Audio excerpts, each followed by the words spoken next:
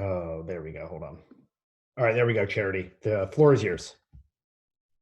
All right, thanks, Andrew. Sorry, I'm joining by phone today, not my computer audio. So thanks for putting this webinar together about pulling virtual tours together quickly. And thanks to all of you who've joined us today. I'm sure, like myself, you're interested to see lots of different options and ideas from TimeLooper. I wanted to say a few words before we get started. First, we recognize, Andrew and I both do, that many of you are still working to address the health and well-being of staff and visitors and figuring out how to just accomplish immediate tasks in many cases from home. We're just a couple weeks into closures, and we realize you may not be quite yet doing this work, but it may just be interested in the work. But we wanted to go ahead and get this out here as soon as we could to help you plan. We're also not suggesting with this webinar that museums should feel the pressure to add content like this right now. There's still time, and many cases that I'm aware of, at least already in the Midwest, virtual tours that have been popping up, or 360 videos and things like that. Many of those things were already in progress for museums. They may have started on them months ago. Don't think that everybody's turning this out overnight. They're not. They're likely, trying to accomplish tasks that they'd already set for themselves this year, and so there's some thought process that's already been in place.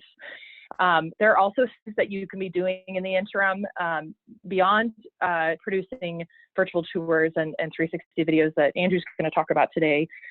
Staying in touch with your visitors and your members and stakeholders is very important right now. However you may do it, that could be on social media and e-blasts and other things that you may already be doing, and that's wonderful.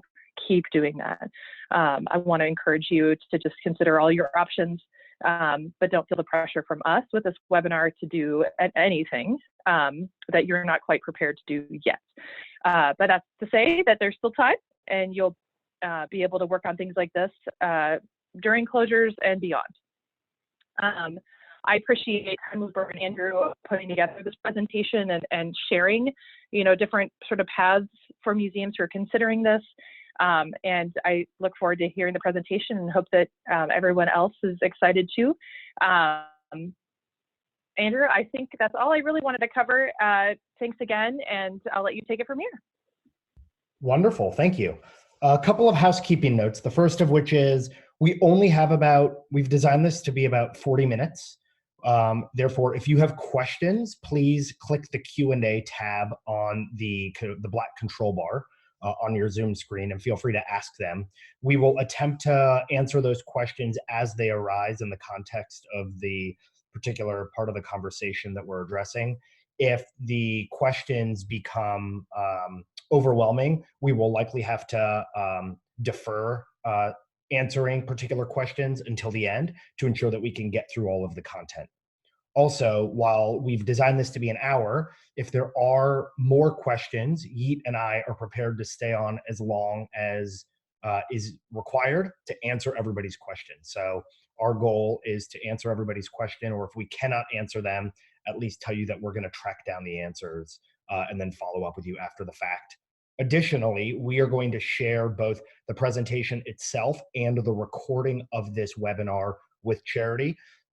And all of those resources she will hopefully post on the AMM resource boards on the AMM channels. And then we're also going to post these resources on the TimeLooper channel.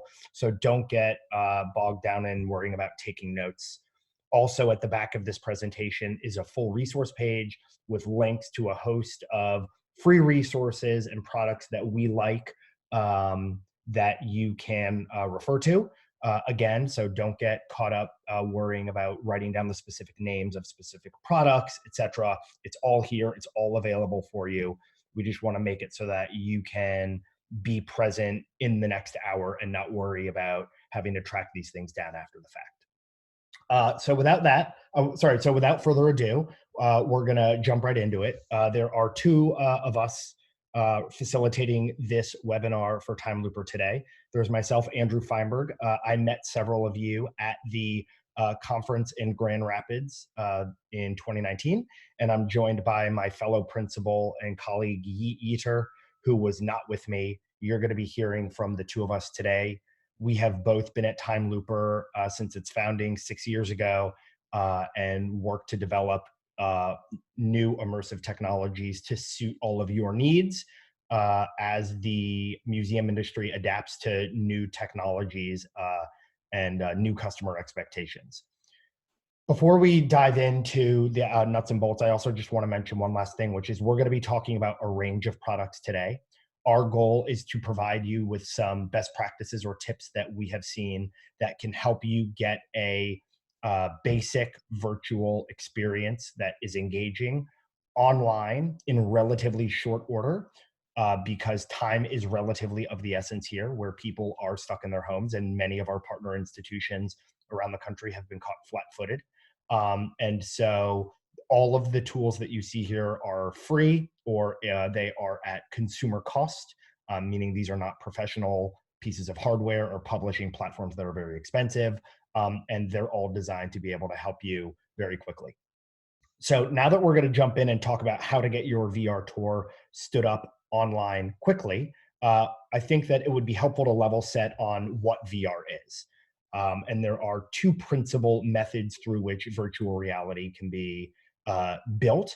But at its core, virtual reality is really about enabling people to immerse themselves in an environment that is other than their own. So if I'm on my couch at home and I'm trying not to strangle my children, and I'm trying to keep them actively engaged, it's about taking them out of our living room where we are social distancing from everybody but each other, unfortunately, and putting them someplace else. That place could be your museum. That place could be 200,000 years ago, or it could be 100 years into the future. The main thing to consider here, as definitionally, when we're talking about VR today, is that it's really just putting people in a different environment. There are much more advanced definitions out there, but for all intents and purposes, I'm not sure how useful they are. And there are two ways to enable that or to facilitate that level of immersion. The first of which is if the place that you want to immerse people outside of their current environment exists today, the most common way of doing that is through taking 360-degree photos, 360-degree videos, or even scanning the present day environment and then making that available for people to move through.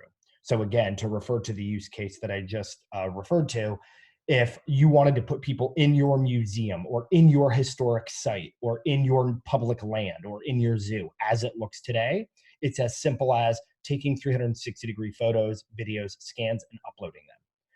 If you are a little bit more adventuresome or you have more ambitious interpretation goals and you want to show people the potential impacts of climate change 100 years from now, or if you want to take people back to the Cretaceous period, or you want to take people back to meet George Washington on the day of his inauguration, obviously those visual environments no longer exist or do not exist yet.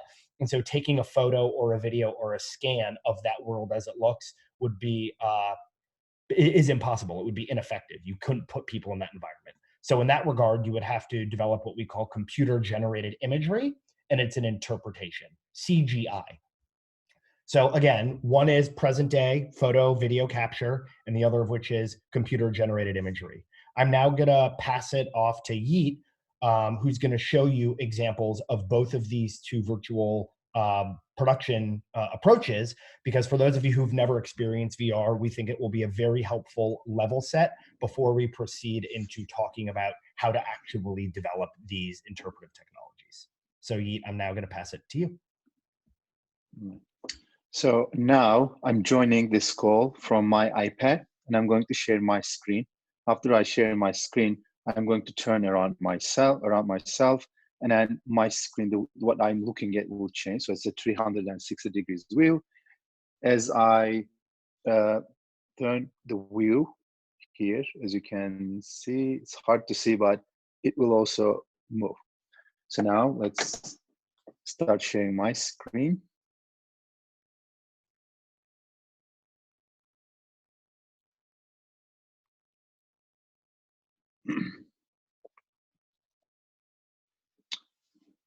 So now I am in the VR experience, and I am looking around. I'm turning around myself.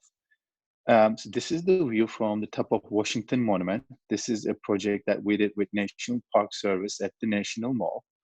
And the project started as the Washington Monument was closed and it stayed closed for 3 years. And then during that time, National Park Service interpretation team wanted to show the view from the top for the people who cannot go up from anywhere around the world, actually.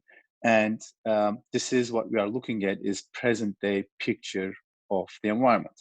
So then we also created interpretive layers. And then what I'm going to show you next is a computer generated content.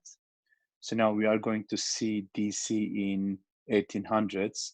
That's their interpretation goal from the top of the monument to show the change in landscapes over time.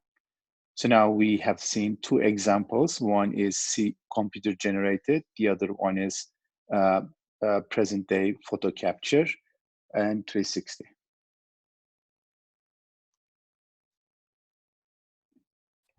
Thank you, Yeet. Okay. So I think that one of the things that is worth considering when looking at those two experiences is pausing to consider the question, not just what is VR, but why it matters. And in both of those instances, the present day and in the CGI recreation, it was really about not only enabling you to see the environment, but also understanding the contextualizing that visual experience and answering the so what, why it matters. This particular experience wasn't just about showing people the top of Washington as it looked, but then they also wanted to take that opportunity to help people understand the impact of human-based decision-making in shaping the physical environment of Washington, D.C., in highlighting that the tidal basin and the Potomac River and the National Mall are all features that were dramatically impacted by individuals who reshaped the land. So when you think about the power of VR within your institution, and your head is probably immediately going to places within your institution where you would like to capture 360 photo or video, it's useful to also think about why would the user at home care to visualize that particular point of view, and then how can you enhance or highlight the meaning of or relevance of that particular location. The last thing that I'll mention with regards to definitionally what is VR is to realize that there are many people out there who espouse the view that for VR to be impactful, you need a high-end headset. Well, that is not the case. Yeet showed you really immersive experiences from his tablet. Everybody at home today, virtually everybody, has access to a tablet device, a smartphone, a desktop computer. All of those devices will enable people to move through your institution, to have a deeper appreciation of its visual beauty, its relevance, the context around it. Don't get hung up in worrying about what types of devices people have. All of the platforms that we're going to be showing you today are designed to reach people where they are. It would obviously be great if everybody in their home had the highest end immersive technology, but we can't let the enemy be, we cannot let perfect be the enemy of the good. The hardware out there today is perfectly suitable for facilitating immersive experiences and interpretive knowledge transmission. And so you should all embrace the fact that those pieces of hardware are out there, because what it does is it actually dramatically lowers your community's cost of entry, or it removes a sticking point. So now that we've sort of aligned on what VR is, we want to start talking about the very basic building blocks of how to develop and subsequently publish all of these different pieces of content. So what we have here is two basic approaches that likely all of you will want to take if you have not deployed immersive VR within your institution. One of which is a 360-degree picture, and the other of which is a 360-degree video. In both of these instances, your user is anchored to is likely to be anchored to a particular point of view, the center of a radius. So in a photo or in a video, they cannot move within that environment. And the use case of these two different approaches is that a 360 picture is really about centering the user experience on visualizing a space. So if it's a public land or a art museum, something where the visual impact of that which you're conveying sort of speaks for itself, a 360-degree photo may be sufficient. But if it is a historic site, a place where interpretation may require more articulation on behalf of an interpreter, a docent, a director of education, you might want to think about deploying 360-degree video. I will now show you two use cases of these technologies, one of which is a 360-degree picture and another of which is a 360-degree video. Both of these technologies can be published absolutely free. So if you go out there into the market and you buy a consumer-grade VR camera, I've listed three here that we like: the Insta360, the Ricoh Theta, and the Garmin Verb. They range in price points from $250 to $700. You could go onto Amazon, buy one today. If you're a Prime member, it'll be in your inbox in 2 days at no additional charge. You could take those 360-degree photos or videos same day and then upload them to free publication platforms such as YouTube 360, Facebook, Vimeo at no charge, right? It's incredibly simple. So for example, let me show you now the Guggenheim Museum, which facilitates a 360-degree tour. So if you were an art museum, it now becomes very simple to imagine what this experience is like. So you could take these 360-degree photos. In this case, we're now at the top of the Guggenheim in New York City on Fifth Avenue. And then you can upload these photos onto Google, and then you can allow people Andrew, sorry, Andrew. So yeah. I cannot see it on my screen. I don't know if everybody Thank thinks you. my Hold screen on. is still Let presentation. me, thank you for telling me. Let me share my desktop. There we go. Is that better? There we go. Is that good, Heat? Yes. Okay. So again, so here is the view from the top of the Guggenheim. And so now you can actually stitch together 360-degree photos and move through this environment.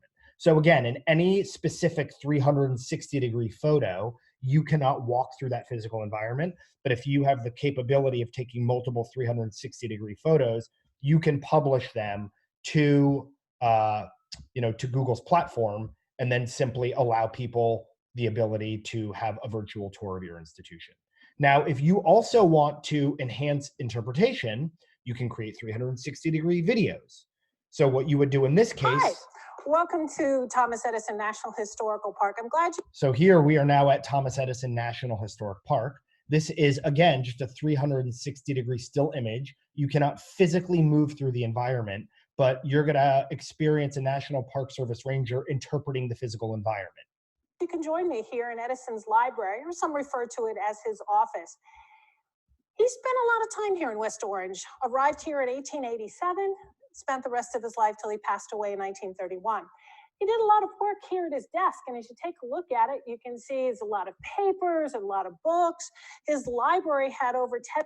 So again, all you have to do is get access to a 360-degree camera and have somebody from your staff record this content, and then you can upload it onto YouTube 360.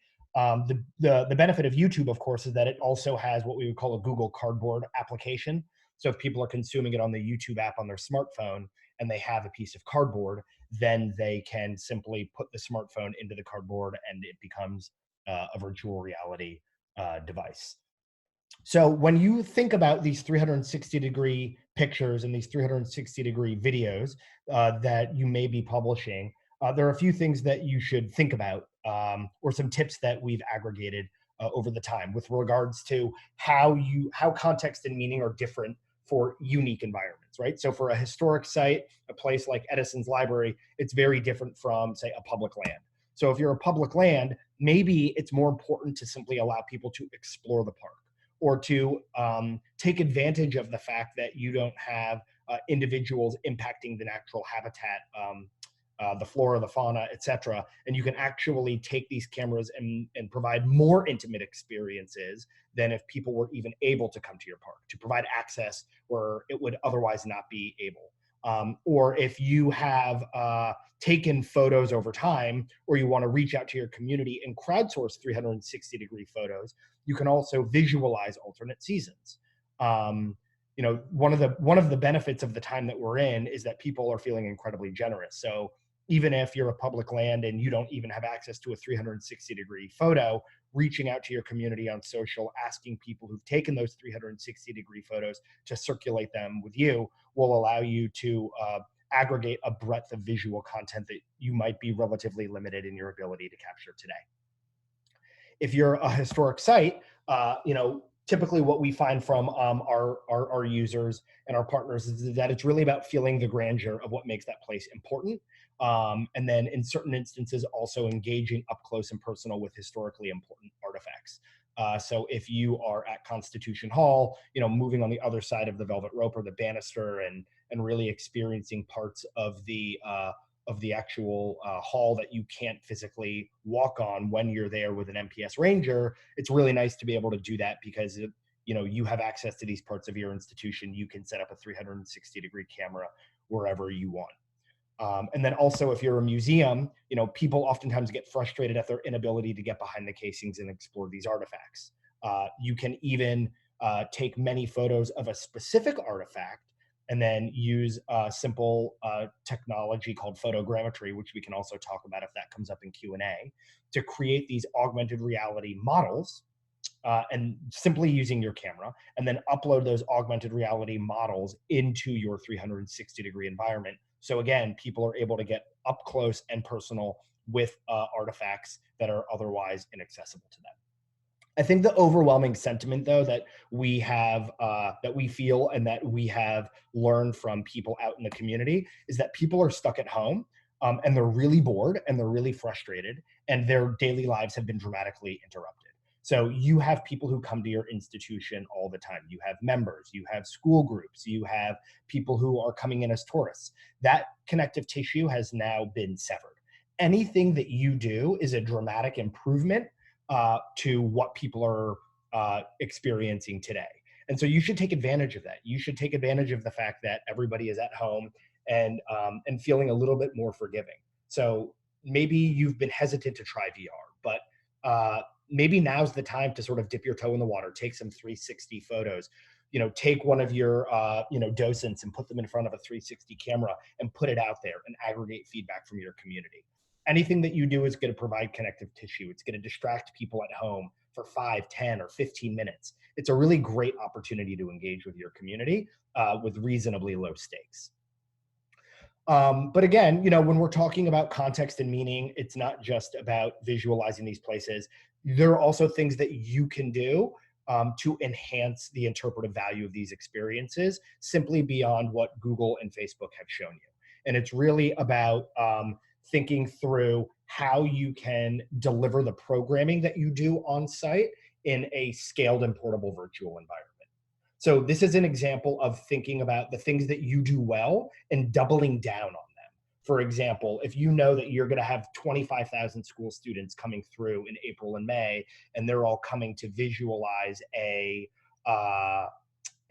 temporary exhibition that you have, think through the educational planning, the interpretation panels that you've already put together, and then how those may port into a virtual environment.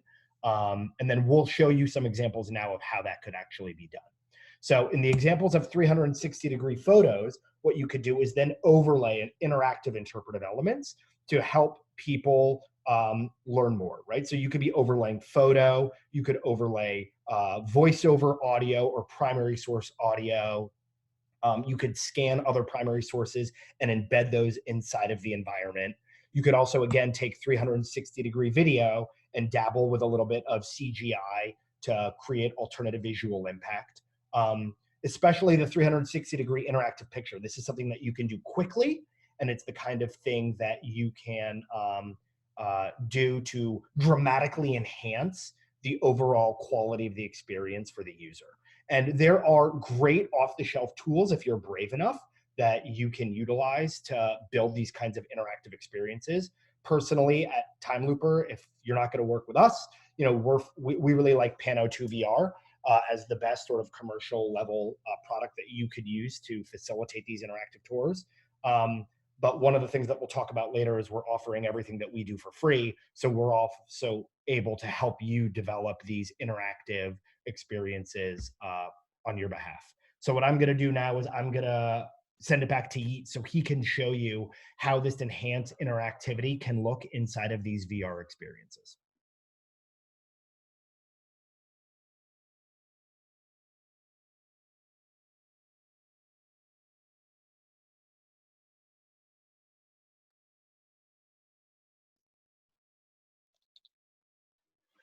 I'm going to show 3 different experiences. The first one is from California, East Bay Regional Parks. So they took this 360 picture, and then they sent us this picture, and then they also told us they shared their interpretive content with us. And then on this picture, they highlighted where they want to display that information. And then here's the output. Pleasant and Ridge Regional Park's open space protects land that is vital for the plants and animals who make a home on these hillsides. Bountiful wildflowers can be. As urban areas around regional parks expand, plants and animals seek out new habitats. Urban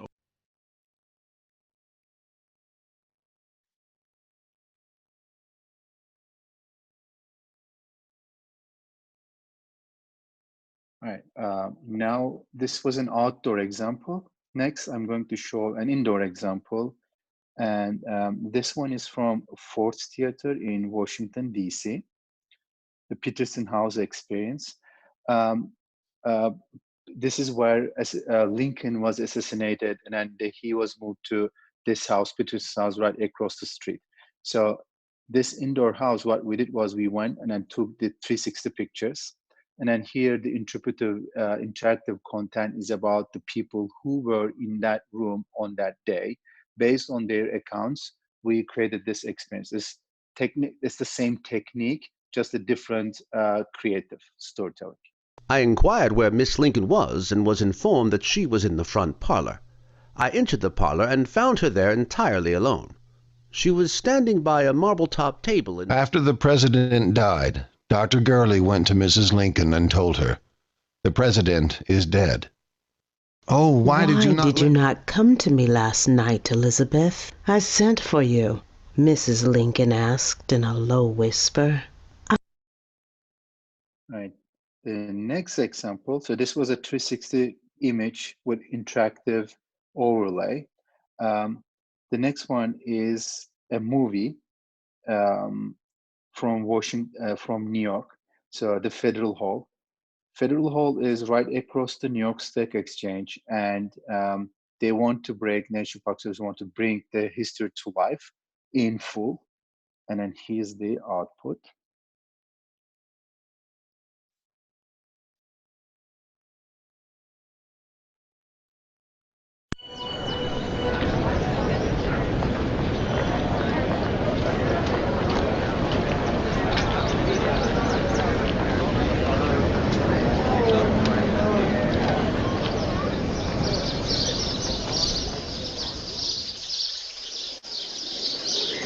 It has been such an exciting spring. Our new nation's first electoral college has selected Revolutionary War General George Washington to be its first president. Rumor and notice of our war heroes' pending arrival to New York City, now our nation's capital, has...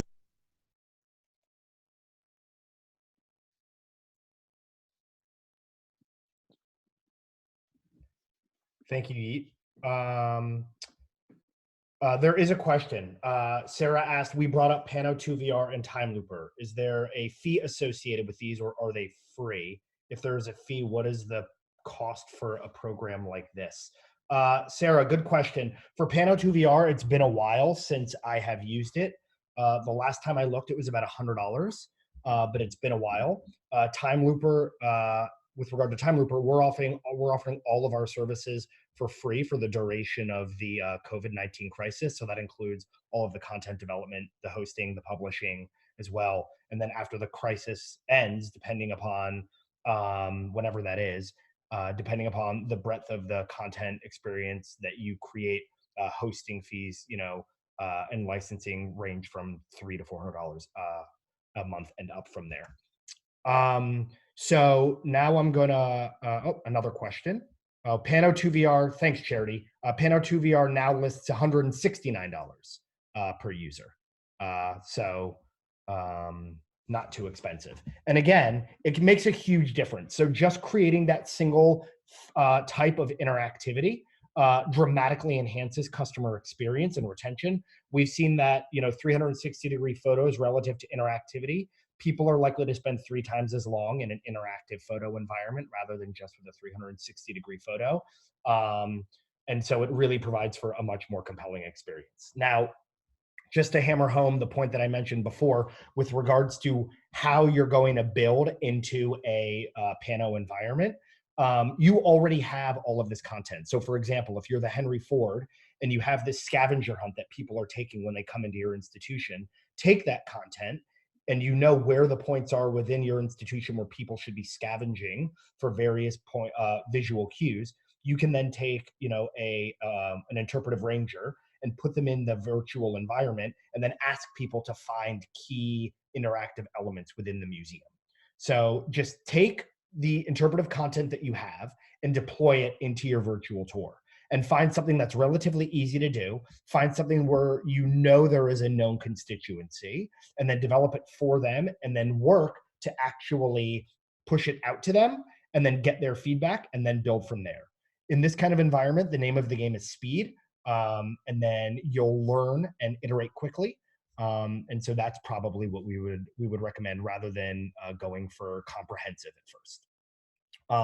And then everything that we've been talking about really is about individual isolated experiences, but your museum or your historic site or your public land or your zoo is about more than the sum of its parts. So one of the other things that you could do is integrate all of these different pieces of content onto a virtual map. So imagine putting all of the different pieces of virtual content within your experience, within your institution onto a single virtual platform. The real value of that is that VR is an inherently visual medium, and that visual medium requires context in many cases in order for people to be able to fully appreciate the point of view that you're providing to them. Imagine walking on the south rim of the Grand Canyon and not being able to actually see the full Grand Canyon before you dive into one of these virtual experiences. So here at TimeLooper, we're also offering the ability for us to take all of your content and publish one of these virtual maps that people could then either walk on with a tablet or a smartphone, and then trigger these individual VR experiences from within that map. So I'm now, again, going to send it back to Yeet, who's going to take you on a journey through a walkable map in Japan. Right, in this example, first I'm going to show you how it works, and then I'm going to share my screen on my iPad. First, let me find the camera. All right.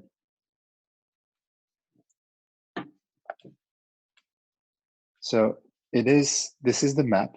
And then as you can see, it is 360 degrees, but also I can walk inside this map and get closer to everything. So now to give you a clear view, I'm going to share my screen.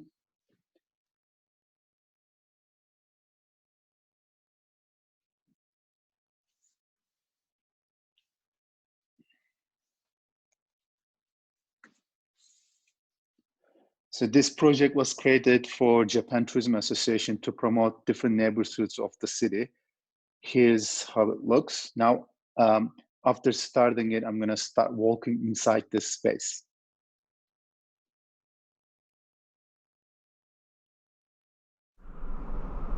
Shimonoseki is a city with many stories to tell to her visitors. In some such stories, Shimonoseki played a supporting role. In others, she was the main actor, changing the course of history for the entirety of Japan. To hear her stories and witness her history unfold, start exploring by walking on the virtual map.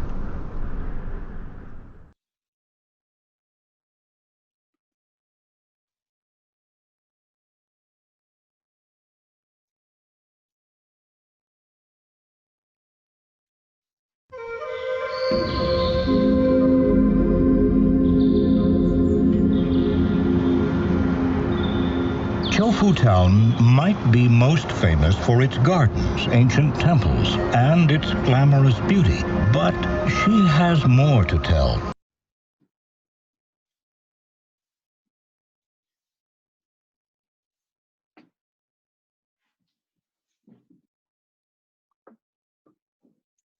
All right, here's a question.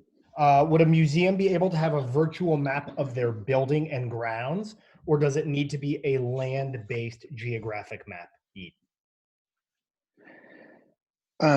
So the answer is yes, it can be both. The advantage of the land and landscape is that map is already available. So it's in 24 hours, it can go live. For the building itself, if the 3D model already exists somewhere, somehow, then if it is not 24 hours, depending on the details of the 3D model, it can be like maybe a week to go live with a similar experience. But if we have to build everything from scratch, then and then pay attention to every single detail, it may be like a month or two. It's depending on what's available.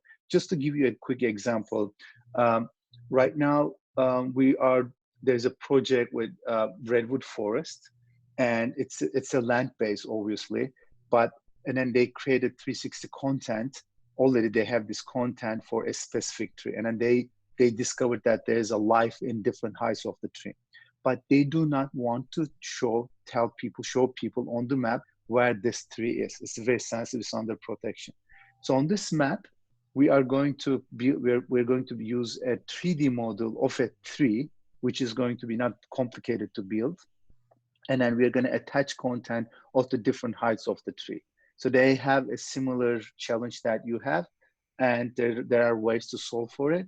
It's all goes back to the available 3D model of the house, or do we have to build it from scratch? And it can vary from 7 days to a month or two.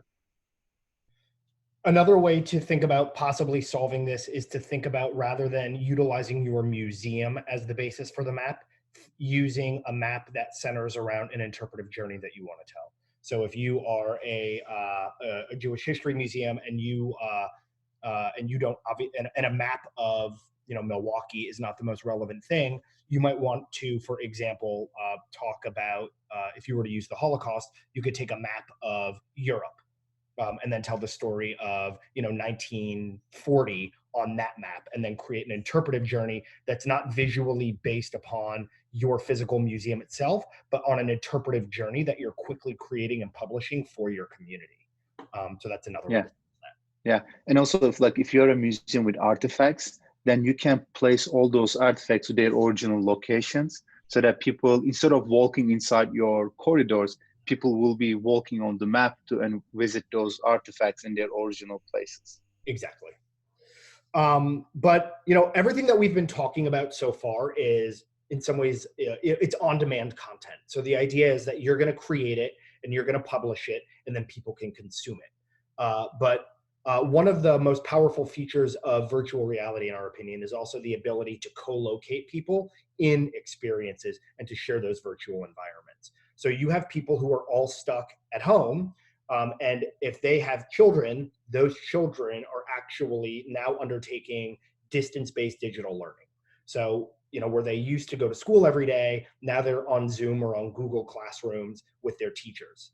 You can actually deploy these virtual environments and then take those school groups that were otherwise going to be coming to your institution in April and May and meet them in your virtual environment and facilitate tours. The tour guide or the head or the education team can meet these students who, maybe there are 25 students from a class. They're all joining your museum or your historic site, your public land, your map from their homes, and then your tour guide is leading that virtual experience.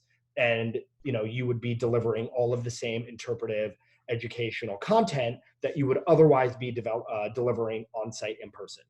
Now, one of the challenges of VR conferencing is that it's not scalable, right? Whereas everything else is downloadable. What you could do with VR conferencing, though, is you could actually record the the facilitated VR conference session, publish that, and then turn that into an additional on-demand piece of content. So another way to think then about the development of the map that you will be creating is think of it as a flexible platform where you can deliver multiple types of VR conferencing interpretive programming, record those, publish those, and then allow people to also watch those on demand. So can I make an addition? Yep. So usually we get a lot of questions in terms of how can I monetize this later on, if not today. That's a great tool. So what you can do is this same experience can be downloadable where it's just self-explored, but then you can run special sessions via VR conferencing, and then you may charge for those sessions. So that also provides you additional revenue. We have seen, so we've discussed a lot of different tools today, everything, from a 360-degree photo to cinematic VR to, platforms for VR conferencing. To some extent, speed is the name of the game. And so what we would recommend is sort of starting with those tools that you can deploy as very quickly. So 360 photo, 360 video, 360 interactive picture. When you determine that you are ready to go and you have your interpretive assets all lined up, these products can get built and launched, in anywhere from 48 to 96 hours. So it all can be done very quickly. And the interactive map is the same sort of thing that could be sort of built, and that content can be embedded and deployed within a week. There are things like the 360-degree picture, which can be deployed in a couple of hours, or a 360-degree movie, which might take a couple of months, but those two products either don't enhance interpretation or have a sufficiently long gestation period that they probably are not the kinds of tools that we would recommend prioritizing initially. So if you develop your 360-degree photo or your interactive video, your interactive photos or your 360 videos with your interpreters in your institution, then it's a question of how do you get it out quickly. And we always like to joke that this isn't Field of Dreams. So you can't just build it and then expect people to use it. Like any other piece of programming within your museum or your institution, you should think about where and how you're going to market it. The example on the left is Concord Hills Regional Park, which is a partner of ours. When you go to the website, it tells you that the park is closed, but download this virtual reality tour. On the left is an example from Pearl Harbor where they use social media. But even more effective than that, I think, is the digital direct outreach to your key stakeholders. So again, if you're developing a virtual tour around a piece of curriculum that is going to be heavily used this spring by schools, email those schools, those teachers that will be bringing people into your doors and say to them, hey, look, we know that your students can't leave home, but in absence of that, utilize this tool, which we're making available to you. So that way you can have a facsimile of what that on-site experience could be like. And then that way that will dramatically drive up usage. So with all of that, just a couple of best practices that we sort of want to reiterate as we wrap up, how to build these tours very quickly. So the first of which is find a partner publishing platform that keeps their platforms updated. The National Park Service built a wonderful app for the National Mall, and then 3 months later, Apple pushed out a software update, and that app never worked again after NPS had spent all that money on that app for the mall. So whether it's TimeLooper or Google or Facebook, you can be assured that they're going to constantly work on the back end to ensure future compatibility with hardware. As I mentioned before, start with enough to be substantive, so maybe 3 to 5 distinct experiences, but don't worry about being comprehensive. Push it out there, utilize the fact that you need to be quick to get feedback from your community and find out that which you've created, if it's impactful, if it's valuable, where people would like to see you develop new pieces of content. And then you can also push these things out serially. At least where I am here on the East Coast, I have a feeling I'm going to be stuck at home through mid-May, maybe even into June. It would be really great if the institutions that my children have deep interest in are continuously publishing content, just like Netflix does, or just like HBO does, where every week there's a new series of content that gets pushed out. It's a really great way not just to engage with your visitors once, but to continuously over time. Again, We also think that you should recommend, we recommend starting with a specific audience in mind. Don't just capture a 360 photo and then think about what to do with it. Think about your audience and consider what it is that they would find most visually relevant or interesting, or where the interpretive value is for that audience, and then build your content around that. If you don't know how to do that, reach out to us. We're happy to help you think through this stuff. This is what we do for a living. But somehow I have a feeling that you sort of know where your sweet spot is. And then again, you don't need a headset. Start quickly, fail quickly, iterate from there, and you'll be off to the races in no time. Now, I am aware that for some of you, the idea of taking these 360 photos and creating interactivity seems a bit daunting. But for some of you, it's exactly the kind of thing that you're ready to try. For those of you who are ready to try, we've got all of these resources that that we've made available, the links that we think are most helpful to helping you do all of these self-publication. But if you do want help, we are providing all of our products and services to all of our existing and potential partners at absolutely no cost for the duration of the COVID crisis. So that's everything from content development. So if you send us 360-degree photos, we're happy to create these interactive visuals inside of those environments, to deploying that on the TimeLooper platform so people can have one-click download to access it on their tablets, on their smartphones, etc., to the walkable maps and the VR conferencing and tour functionality. I mean, like, there's no catch here. What we're trying to do is help you get your museums up and running. And we know it's a difficult time for everybody. And so we're making all of our resources available to the entire museum, public land, and historic site community to help you in any way that we can. If you want more information on how to work with us, again, you can find it on this next page. But the other thing is you can just go to the TimeLooper page, and up in the top, you'll see a bright red link to COVID-19, and it explains what we're calling the TimeLooper Foundations program, all of the things that we're giving away for free to see if you can make use of them. If you don't want to make use of them and you have questions about how you can do it by yourself, I've spent countless hours fighting with Google, for Street View and for Google institutions, and then Facebook 360. So rather than trying to beat your head against the table, just reach out to us and ask us the questions, and we're happy to help. So we covered a lot of ground in terms of different ways in which you could create content, different types of interpretive methods, how to port your existing institution into 360 environments. We're more than happy to stay on and answer as many questions as you all have. The Q&A link is in that black bar. Just feel free to chat along some questions, and we'll start answering. Or you can follow up with us offline. So any questions?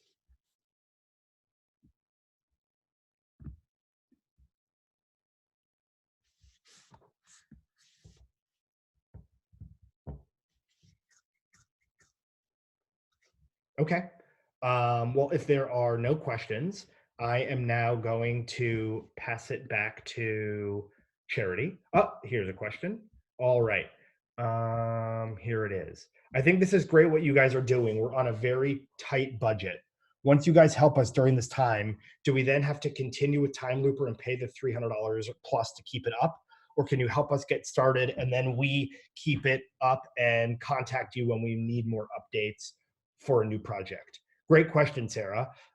So the way that interactivity gets built for any VR program is it is unique to the platform that you're building it into. So if you're going to work with TimeLooper to embed this interactivity into experiences with TimeLooper using our software and services, you can't then take that and port that somewhere else. Same with Pano2 VR. If you use Pano2 VR, you're sort of locked into using their technology for the duration. So one of the things that you could do is you could work with us, and it would cost you nothing, and we would help build it. And then if at the end of COVID, which will at least go through the summer, if you feel like there's value there, then you could either determine where to go to find those resources, or then maybe go through the effort of learning how to build it in Pano2 VR or in another platform that might have a lower monthly licensing cost. But your 360 photos that you take, or your 360 videos that you take, are obviously yours. So even if you just want to take your 360 videos and upload them into TimeLooper's map or up into TimeLooper's platform, you own those and you can do whatever it is that you want with those after the crisis has ended. And also related to that, so most of our partners are, if once they start with minimum budget, and then they build these experiences and then use this for fundraising, whether through different grants or through their donor base.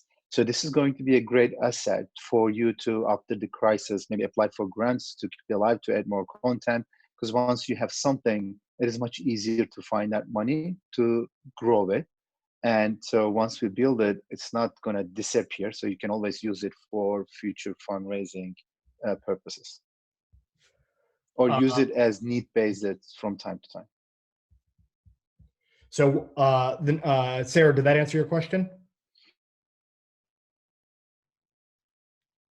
Okay, great. And then Ava Rodriguez from the Holden Arboretum asked for our contact information. It's here. It will also be shared with you through all of the materials after the fact.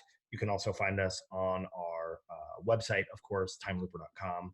So if there are, and not any other questions, we're coming up on noon, but of course we're happy to stay.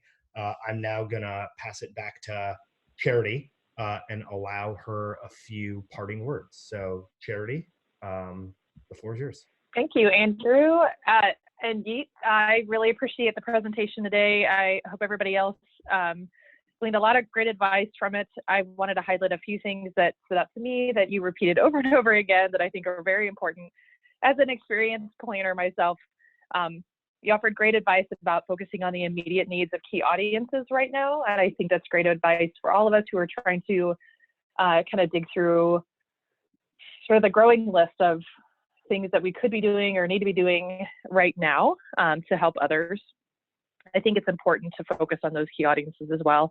I also appreciate the recommendation for any of the museums and cultural organizations considering this to think of it as an iterative design process, that you might start with one and learn from that, apply those lessons learned to the next one, and sort of a more rapid process that way. It's prototyping essentially, and that's okay. I think you're doing your part to try to provide for the needs of others in your communities and your audiences. So I think that they'll be happy with anything you're trying to do to make access possible right now, and to grow and build on that is a great thing. I also wanted to thank you, Andrew and Yigit, and the group at TimeLooper for offering free services right now. I think it's really great to have companies like yours, partners of AMM and members of our network, offering things like this to help others out, even if it's temporary. It's a big deal, and I want to encourage those of you who are considering working with TimeLooper or others, no matter what platform you go with, know that it's important that you have a good team to support you with your technology needs. So whatever you do, getting it out there, you're going to want to be able to maintain it over time and work with folks you trust. So that's all I would say. Thanks again. I really appreciate this. Learned a lot today, and I'm happy to help you, Andrew, in communicating sort of FAQs on our website along with the recording as well. Great. Thanks, Charity. And again, these resources will be up on TimeLooper's website in a couple of hours, and Charity will distribute them as she normally does.